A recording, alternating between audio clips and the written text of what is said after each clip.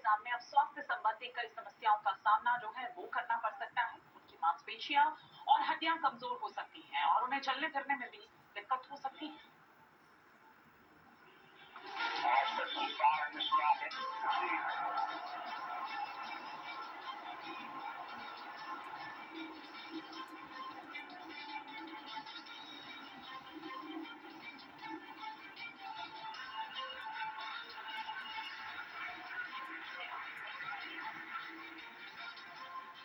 नौ महीने से एक कश्मकश थी, एक सस्पेंस था, एक सवाल था कि सुनीता विलियम्स धरती पर वापस कब लौटेंगी। अब सस्पेंस खत्म हो गया और इस यक्ष प्रश्न का उत्तर भी मिल गया है। लेकिन मुश्किलें यहाँ खत्म नहीं होती है, बल्कि यहाँ से एक नई समस्या की श्रृंखला शुरू होती है।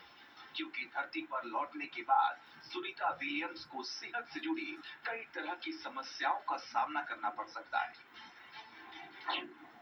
सुनीता की हड्डियां कमजोर हो सकती हैं, उनकी मांसपेशियों की ताकत कम हो सकती है, खून के थक्के जमने का खतरा पैदा हो सकता है, उनकी आंखों की रोशनी पर भी फर्क पड़ सकता है।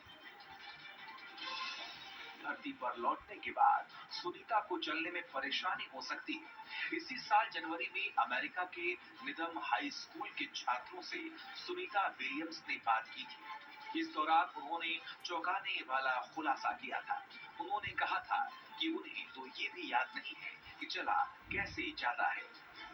I mean, honestly, I've been up here long enough right now.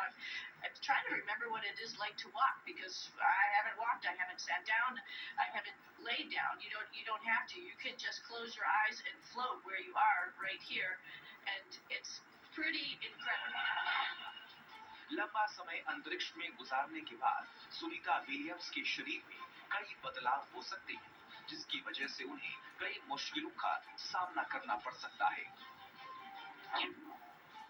संभव है कि सुनीता विलियम्स के पैरों की त्वचा नाजुक अंतरिक्ष में 9 महीने बिता चुके हैं। ऐसे में धरती की ग्रेविटी से तालमेल बिठाना आसान नहीं होगा, क्योंकि जो एस्ट्रोनॉट लंबे वक्त तक अंतरिक्ष में रहते हैं, तो धरती पर लौटने के बाद उन्हें बेबी फीट की समस्या का सामना करना पड़ सकता है। यानी वे अपने पैरों के तलों पर चलने के लिए जुड़े रहने वाले कॉलस को खो देते हैं। यानी सुनीता विलियम्स के पैर बेबी फीट की तरह हो सकते हैं। हालांकि कुछ हफ्तों के बाद कॉलस वापस भी आ जाते हैं, लेकिन इसके लिए उन्हें